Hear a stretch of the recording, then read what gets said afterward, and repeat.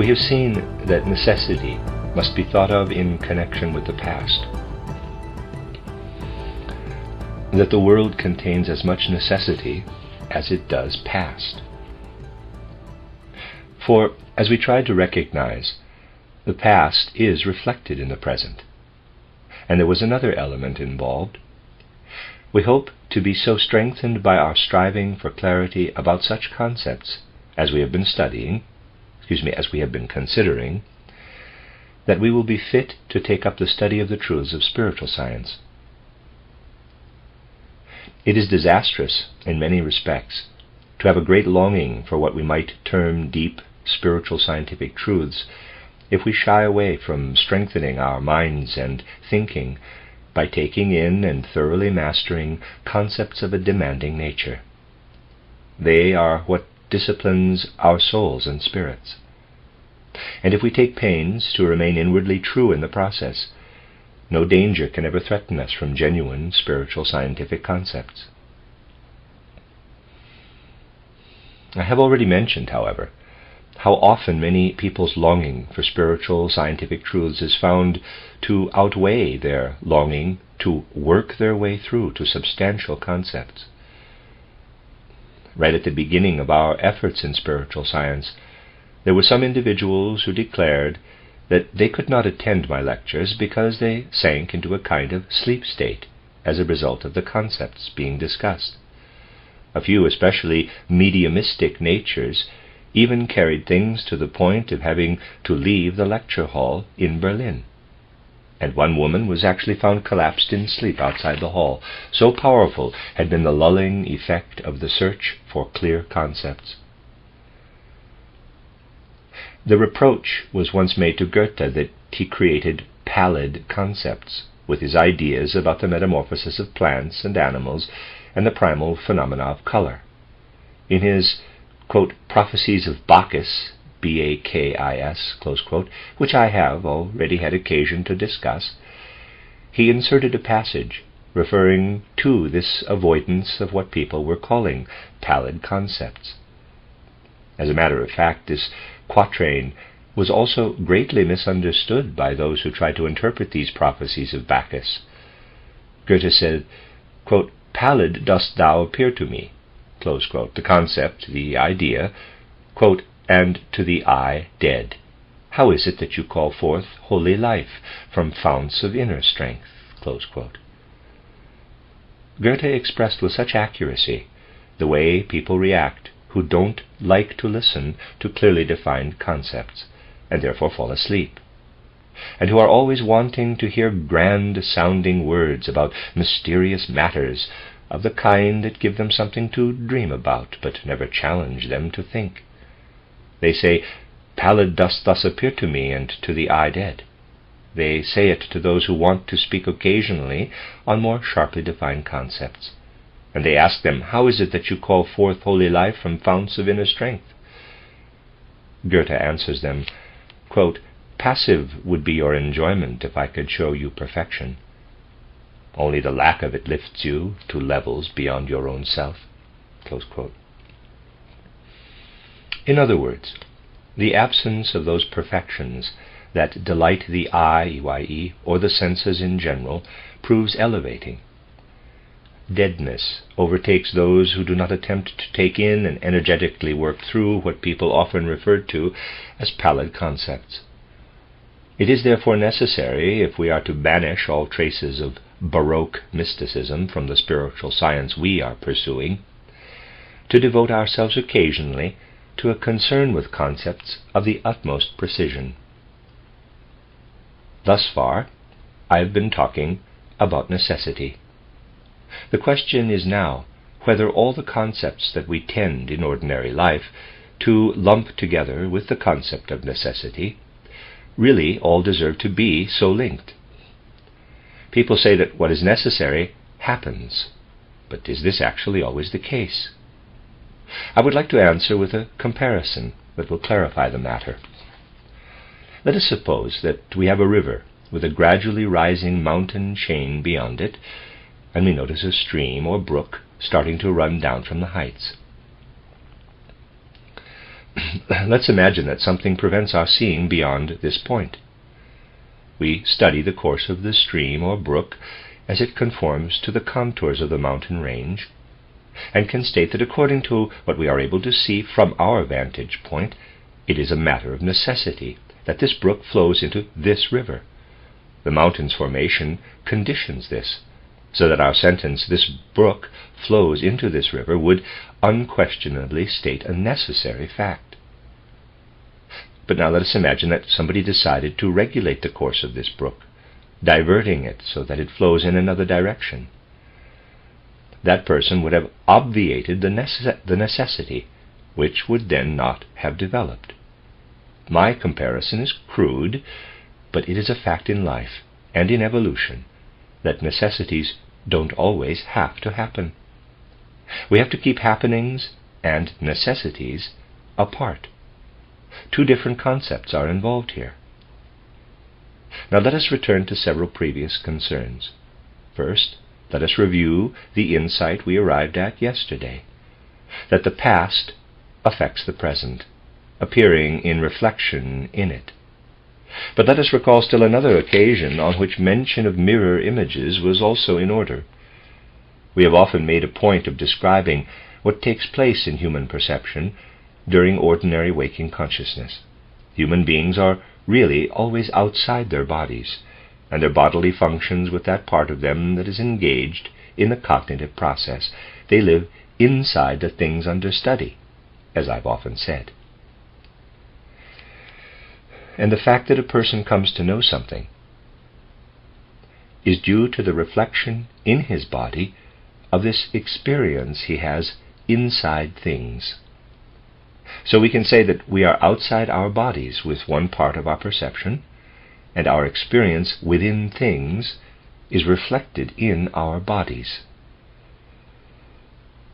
If we now imagine ourselves looking at the color blue, we experience the blue of a flower, of chicory, for example, but we do so unconsciously, except for the fact of its reflection in our eyes. Our eyes are a part of our reflecting apparatus. We see the experience that we have in the chicory by allowing it to be reflected in our eyes, and we experience tone similarly. The life we live in tone is experienced unconsciously and only becomes conscious through being reflected by our hearing organism. Our entire perceptive organism is a reflecting apparatus. This is what I tried to establish as philosophical fact at the last Congress of Philosophers at Bologna. Cognition is thus engendered by reflection from our organism, by a reflecting of what we experience. And as you mull over this concept of reflection, both the reflecting of the past in the present and the reflecting of our present experience through our perceptive organism, you will have to admit that what is thus added to a thing or to an event in the form of reflections is a matter of total indifference to them, something that in neither case has anything directly to do with them. As you observe a mirror image, you can quite well imagine that everything in it is as it is, whether or not it is under observation. Reflections are therefore elements added to what is reproduced in them. That is especially the case with cognition. Whether we develop this or that particular insight is not of the least consequence to the mirror image. Now imagine yourselves walking through a landscape. Do you believe that the landscape would be any the less beautiful, or in any way less whatever it is, if you were not passing through it and experiencing it as a series of reflections engendered by your organism? No, those are elements added to the landscape and matters of total indifference to it. But is it a matter of indifference to you? No, it is not. For by walking today through a landscape that is reflected in your inner being and experiencing what is thus reflected, you will have become to some extent a different person in your soul tomorrow. What you experienced, a matter of total indifference to the landscape, signifies for you the beginning of an inner richness that can keep on growing there. But what does all this really mean? It means, with reference again to the landscape metaphor, that we can say, quote, "This situation was thus and such up to this point," close quote. The fact that you walked through the landscape is a further addition to it. The landscape is reflected in you, becoming a further experience in your soul. Now, how did what is continuing to grow there come into being? It did so as the result of something quite new being added to what had previously occurred. Something was really engendered in your soul out of nothingness. For, contrasted with what had previously occurred, the reflection is, of course, a nothingness, a real, absolute nothingness. In other words, you relate to something to which there was no necessity to relate. You are an addition to it. You are added to a necessary happening as a living element that relates to it in a way not conditioned by previous events, since you could have stayed away. In that case, all that you gained from the reflection would not have become a part of the situation. As you ponder examples of this kind, you become acquainted with the concept of chance. The real concept of it is to be found there. And you also gather from such examples that beings, things endowed with being, have to come up against each other, really to collide, for chance to occur. But we see from this that such a thing as chance can occur in the universe. If that were impossible, the enrichment of soul described above could not take place.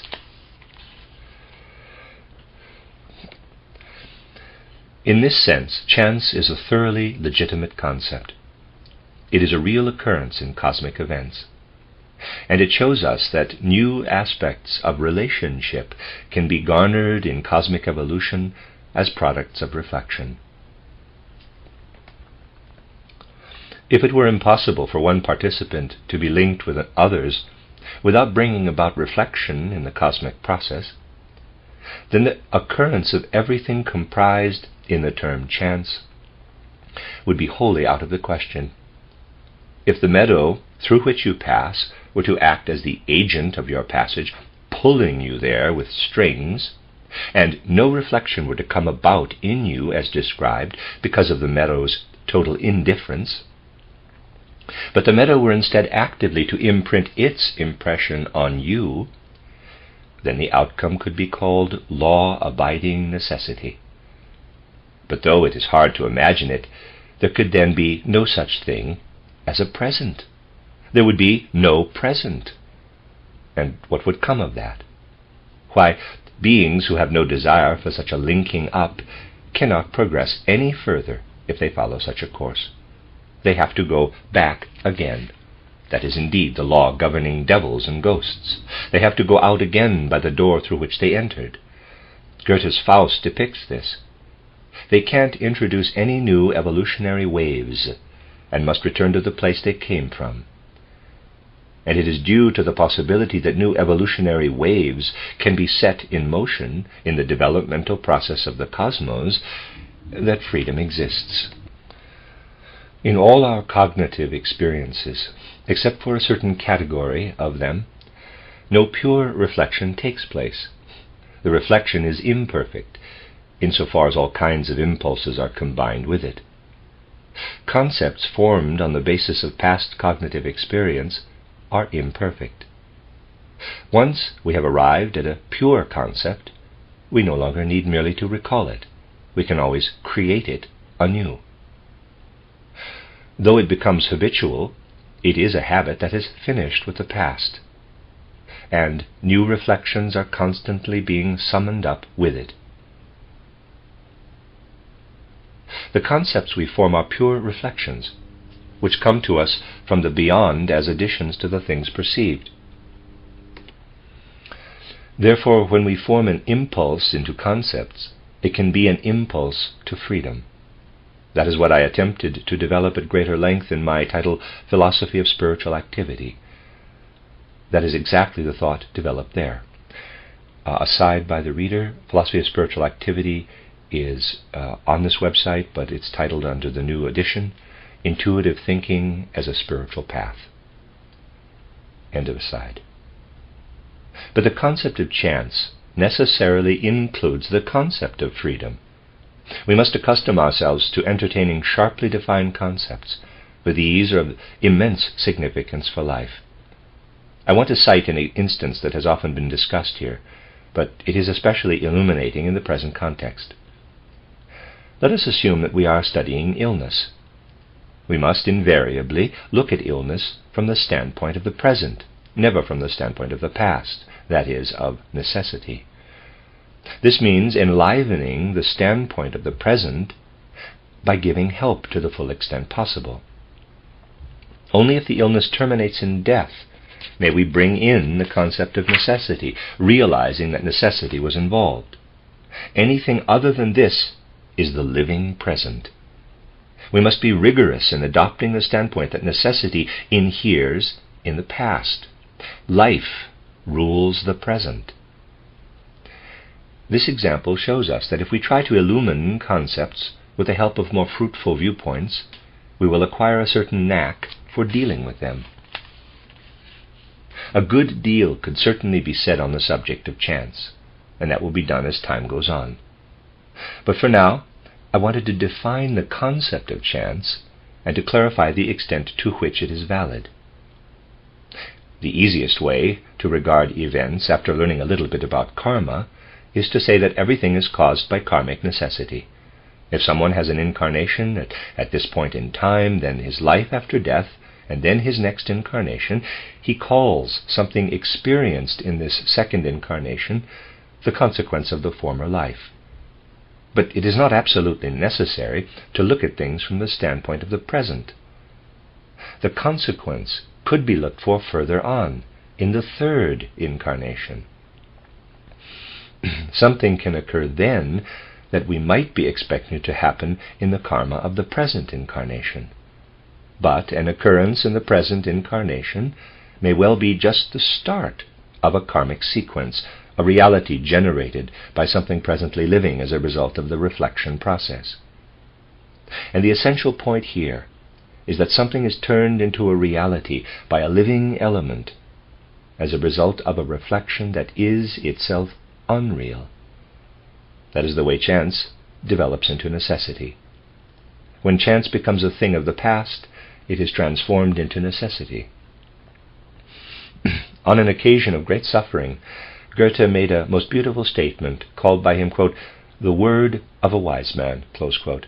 He was speaking about the growth process of humanity and said, quote, the rational world is to be looked upon as a single immortal individual engaged in a continuous bringing forth of what is necessary, close quote. That is, bringing forth something, and when it has been brought forth, it is interwoven into the past and becomes necessity. Quote, thus making itself the master of the element of chance, close quote. A glorious saying to meditate upon. We can learn something from it too.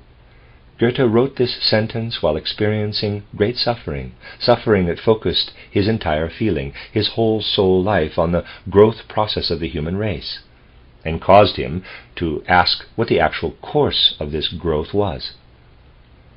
And there was wrung from his soul the realization that the rational world, the human race, brings forth what is necessary, and thus makes itself master over chance. In other words, incorporates chance forever into necessity. I want to digress here for a moment. An insight such as I have just cited makes valuable material for meditation. It contains so much that flows into us as we meditate upon it. We shouldn't rest content with a mere abstract grasping of such a sentence, which emerged from Goethe's soul in his extreme old age in 1828, when he was in the throes of great suffering. A great deal of life is packed into such a saying. And the digression I would like to make is this. Our insights are always to be looked upon as grace bestowed upon us. And it is just those individuals who garner knowledge from the spiritual world, who are aware what a matter of grace such knowledge is when they have prepared themselves to receive it, when their being reaches out to receive what flows to them from the spiritual world. One can experience over and over again how suitably prepared one must be for the reception of spiritual knowledge, how one must be able to wait for it, for one is not at just any and every moment in a condition to receive a particular insight from the spiritual world. This fact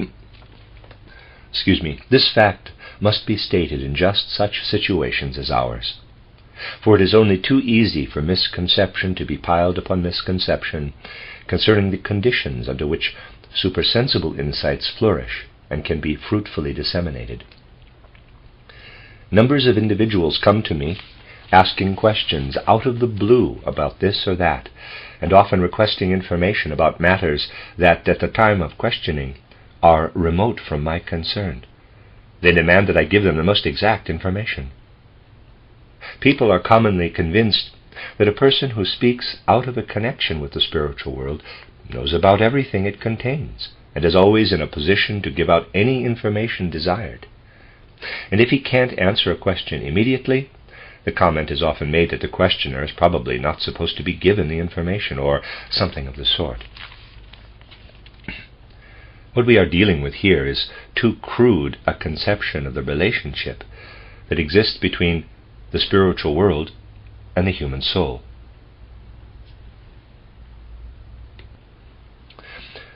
We should realize that, quote, readiness for truth, close quote, is especially required for a direct reception of truths from the spiritual world.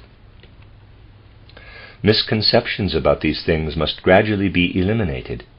Of course, people at some remove from the realm of truth in the life of the Spirit feel a need to ask all sorts of questions, and answers can be given them from the investigator's store of memory based on past research.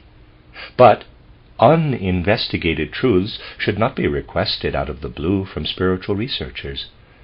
Instead, it should be realized that the investigator feels requests for information about still unresearched matters to be like knife cuts in his body, to use a physical analogy. Definite laws govern everything that can lift human beings into the spiritual world. We need to familiarize ourselves with these laws to lessen misunderstandings about the flowing of spiritual truths into the physical world. Only by freeing ourselves from every trace of egoism, and this includes the desire for information on just any subject, will we create healthy conditions for the sort of movement this should and must be. Certain spiritual truths simply must be incorporated into the world today. But they should not encounter the kind of aspirations brought in from the world we formerly lived in, or be pursued according to our erstwhile habits. The spiritual movement should not be undermined by them. In most cases, spiritual movements have been undermined by people's failure to adapt their habitual ways to spiritual truths, instead of bringing their accustomed habits to the reception of those truths. And so it could come about that a society was founded in the 18th century based upon what Jakob Böhme introduced into the spiritual life of Europe. It is now correctly reported that this society had a number of members, but only one, the founder of the society, survived. I certainly hope that more than one will do so in our case. But that was what happened in one attempt to establish a society. It is said, too, that a tremendous number of those who became members turned later on into really peculiar human beings.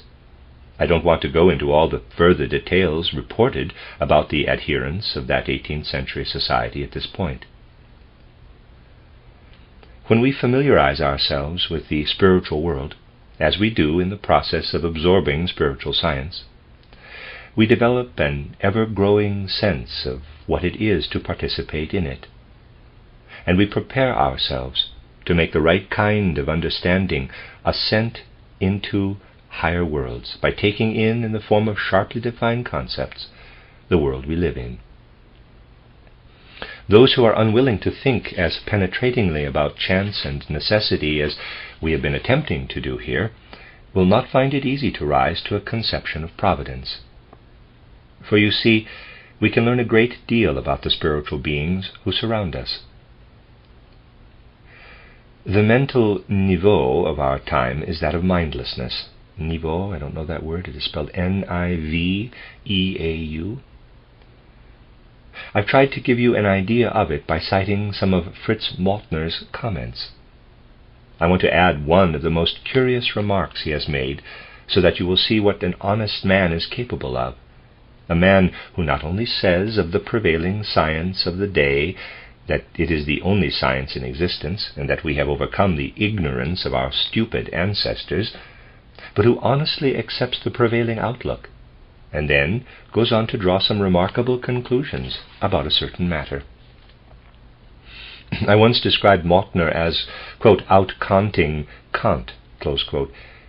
He did not just write a title Critique of Pure Reason, but a title Critique of Language. He really got going on words. He invented a definition for the way a word moves from one category to another. I am deliberately citing an incorrect example from his title Dictionary of Philosophy, but it is one that he himself held to be correct. The earlier periods of Latin civilization had a word for truth, veritas. Now, Mautner says that the word veritas was introduced into more recent German use, was simply taken over to become the German word Wahrheit. He terms words in this category borrowings, literally loan translations. And he traces words thus borrowed through civilization after civilization with tremendous acuity and conscientiousness, tracking down their wanderings and transformations. He does an incredible amount of rummaging around in words. Nowhere does he share Faust's longing to behold, quote, germs and productive powers, close quote. He simply rummages around in words with utmost zeal. He made attempts like the following. Let us imagine some people or other with its characteristic views. Mautner cares only about the words derived from these views, for to him thinking consists of words. Now, he says, there are the words, but they can be traced back to another people. The second group, where we now come upon the words, borrowed them from the first group and transformed them. And he actually perpetrates the following. I must cite the example, as it is really too nice for words to show you the way adherents of the present outlook must think to be faithful to it. It is vitally important not to pass lightly over things of this sort. Mautner traces various borrowings, looking for the various transformations that have come about in words, among them the following long quote. Kaffee, or coffee, borrowed from another language, and still a foreign word in the sense that in German at least the way it is written and spoken is not homogeneous. Potato is an English loan from some Red Indian language. In the German Kartoffel, there is neither a borrowing or a bastardization based upon a shift in meaning, whereas in Erdapfel, earth apple, and Grum or Bodebeeren, ground pear, we are dealing with cases of transliteration or of description. The Romans adopted the Greek custom of crowning victors of a race, or on the occasion of a feast, with a wreath, and wreaths of flowers were also used elsewhere for these purposes. But it was only at the time of the Renaissance that the term crown was reintroduced in noun and verb form. There were poets' crowns and crowned poets, with the word crown signifying wreath as in Latin. The plant species used was native to Greece and was imported, in historical times at least, both as a plant and as a word. The German Lorbeer, laurel, the shrub, not the berry, baccalaureus, became in turn the symbol of an academic title, the baccalaureate. In French, bachelier, Its meaning twisted again to become the English bachelor, became the vegetable of fame of Spiegel's jesting, and crown poets from Petrarch to Tennyson were called poets laureate. The cheap laurel needed no replacement. The myrtle wreath, which, as a result of faulty observation or of a still more mistaken popular etymology, was regarded somewhere in the Orient as the symbol of sexual life, and later became a chastity symbol, was more easily acquired in Germany as a weed than as a blossom. German brides therefore wear wreaths or crowns of the genuine leaves and false blossoms. Palms are replaced at Easter by pussy willows as the only seasonal green plant available.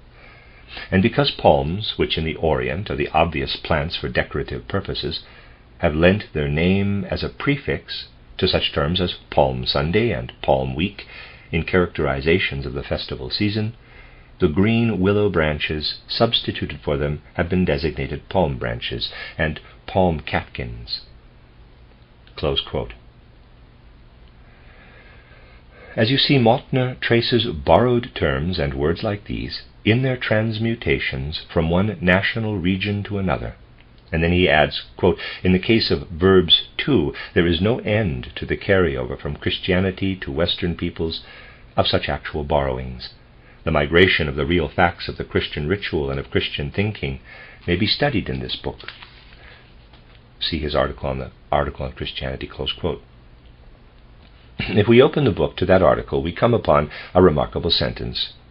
Quote, I want to state and demonstrate one thing only in regard to the development of Christianity as the creation of the Germanic and Germanic Roman peoples, and to the way it still dominates Western civilization for the time being in Western usage, vocabulary, and concerns. That is, that Christianity as a whole represents the most prodigious borrowing, or chain of borrowings, that it is possible to find in a scrutiny of history. What then? Close quote. What then is Christianity according to Mautner? A collection of borrowings. There were words at the time Christianity began, and if we want to find Christianity in Europe today, we'll have to make a search for borrowed words. What Mautner is claiming is that Christianity is nothing but a collection of such borrowings. The whole civilization of Europe would have to have developed quite differently if certain words had just not happened to get borrowed. But the important thing to note here is that this finding is the logical consequence of current scientific assumptions. It is a consequence logically and honestly reached, and those who fail to draw it are simply less honest than Mautner.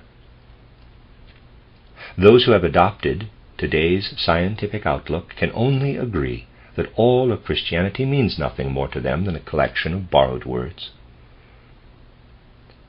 Somebody might object that Mautner is only pointing out the fact that coffee entered our language as a borrowed word, but not how coffee itself was introduced into Europe. It is true that Mautner didn't indicate that Christianity had to be introduced into Europe because it was a collection of borrowings. He made no assertion whatever on this score. This objection cannot be made without further ado. Instead, we have to say that those who think in the style of modern science are simply incapable of judging the matter. They are excluding themselves from any discussion of the issue. That is the point. Small wonder, then, that a man who, in addition to all that I've had to say about him, is also really quite a clever fellow, says, quote, I don't go as far as James does in his Psychology, page 297, when he holds it impossible to improve memory. It would not be possible to render the organs that serve memory capable of greater achievement by exercising them, as has been shown to be possible in the case of the muscles. It is certainly true that educational psychology, which believes that it can strengthen memory in the young by senseless exercises, is based upon the old associative psychology, which sees in memory the mental picture of a force, just as it does in the case of imagining other such mental pictures which this force learns to play with. If memory is nothing more than activity, in the same sense that the soul is nothing more than its experiences, then nothing remains to be strengthened. Iron will that does not permit itself to forget useful knowledge, and exerts itself to remember when remembering, is required, when remembering is required, is a facet of character, and an individual's memory is in this sense unalterable, as character is. But quite aside from all such considerations, the pointless drilling that goes on in schools is every bit as senseless as the training of the wrong muscles for some special use of the limbs would be. A person who has learned nothing in his younger years except to walk on his hands can make no use of this capability later, unless he intends to become a circus performer." Close quote. In Mautner's opinion, school children receive training that teaches them a wrong use of their brains, analogous to a person learning only to walk on his hands, an equally useless ability. But although this is clear to Mautner, he has absolutely no suggestions as to what should take the place of this schooling.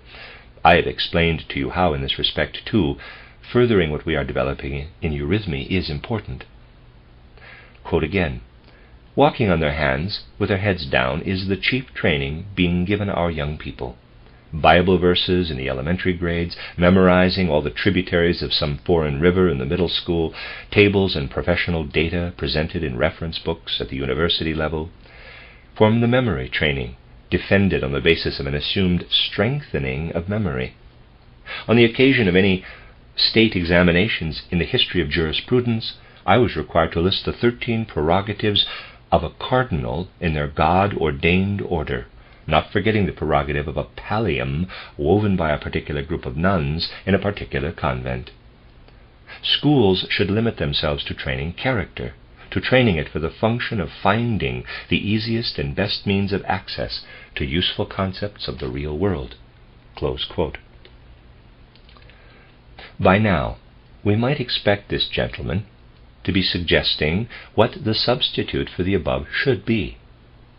People of any intelligence can only agree that the way mental training has been carried on ought not to continue, so they expect to hear what he suggests instead. But the article ends right there. There is nothing more. He has been chasing his pigtail in vain, to use yesterday's metaphor. Almost every article in his dictionary creates the impression that he is unsuccessfully chasing the pigtail hanging down behind him. If we work our way through the concepts necessity and chance, and learn to recognize that the human world is to be regarded as an immortal individual continuously bringing necessity about, and thus establishing dominion over chance, and then add to this the concept that must be acquired if we are to understand how the spiritual world streams into the human soul, we gradually work our way through to a concept of something elevated above necessity and chance, and that is Providence. It is a concept attained by a gradual working up to it. I have often called your attention to the fact that merely looking at the world conveys nothing as to the effect of activities going on in it.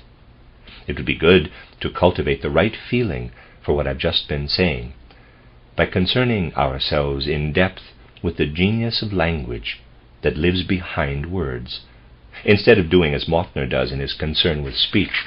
Mautner's data could even assist such an effort on occasion, for the tremendous zeal with which he has ferreted things out can sometimes bring a person contemplating the activity of the genius of language to significant insights that he might not otherwise become aware of. The genius of language does indeed guide us to a plane elevated above necessity and chance. A great deal we participate in goes on around us as we are speaking, without our having a true knowledge of it, because we are incapable of lifting it fully into our consciousness. This is the spiritual world, holding sway around us. And to take just a random example, when we speak, these spiritual worlds speak too. We should make the attempt to be aware of this. Let us try to make a small beginning with it. We have associated necessity with the past and chance with the immediate present. For if everything were necessity, it would also be of the past, and nothing new could ever come into being. That would mean that there could be no that there could be no life. So if we involve ourselves and our own lives in the world's evolution, we would be confronted by necessity, or the reflected past, and in our current life by what is called chance. These two interact. We have two streams, our present life, which we think of as simply chance, and the reflected past, or necessity, flowing along underneath it. What is considered real from the ordinary physical standpoint can only be related to the past, to necessity, if reality is taken to mean conformity with what already exists. The real has to belong to the past, to the necessary, while what is in the living process of coming into being always has to be freshly produced. Our life is lived in this, and we have to develop living concepts that flow out of necessity to deal with that life. Here we cannot be onlookers at something corresponding to the concept. We can only live in it. When our own lives confront the stream of evolution, we can therefore preserve the past in the developing stream of life by now transforming the reflected picture into a present element. And we can make it into an ongoing present. We can make a human virtue of transforming into ongoing life the past that has become rigid necessity, carrying reflections further, keeping them alive and evolving in ourselves. And what name do we give the virtue that carries the past into further life stages? Loyalty. Loyalty is the virtue related to the past, just as love is the virtue related to the present, to immediate living. But speaking of these matters brings us to what I want to say about the genius of language that we need to become aware of. Wahrheit, the German word for truth, has no connection whatsoever with the Latin veritas. It suggests the past and necessity and ordinary truth, for it is related to the German bewahren, to preserve, to bewähren, to hold good, to währen, to last, with all that is carried over into the present from the past. And there is a still stronger suggestion of the same meaning in the English language, which translates both the German wahr, true, and the German treu, loyal, as true. And if we want to describe someone telling the truth and being believed, the old German saying, auf Treu und Glauben, quote, on trust, close quote, quote, in good faith, close quote, is still in use, with treu rather than wahr. Here we see the genius of language at work, and its work is wiser than what human beings do. And when we ascend from the concept of loyalty to that of love, and then to what I have described in the past as grace, a state of being we have to wait for, we come to the concept of providence. We enter the world where providence holds sway. If Fritz Maltner were to concern himself with providence, he would of course search out the source from which it is borrowed and trace the connection to the German Vorsehung, providence, to sehen, to see, and vorhersehen, to foresee, and so on. But a person concerned with reality searches for the world indicated when the union of chance and necessity plays the dominant role rather than either one alone. And the world referred to is that in which there is no such thing as the past in our sense. I have often told you that when we look into the spiritual world and see the past, it is as though the past had remained standing. It is still there. Time becomes space. The past ceases to be simply the past. Then the concept of necessity also ceases to have any meaning. There is no longer a past, a present, and a future, but rather a state of duration. Lucifer remained behind during the moon evolution in exactly the same way that someone on a walk with another person may stay behind, either out of laziness or because his feet are sore while his companion keeps on walking. Lucifer has as little directly to do with our earth existence as a person who stands behind has to do with places eventually reached by his companion. He stayed behind during the moon evolution, and there he still remains. In the spiritual world, we cannot speak of past things, but only of a state of duration. Lucifer has remained as he was on the moon.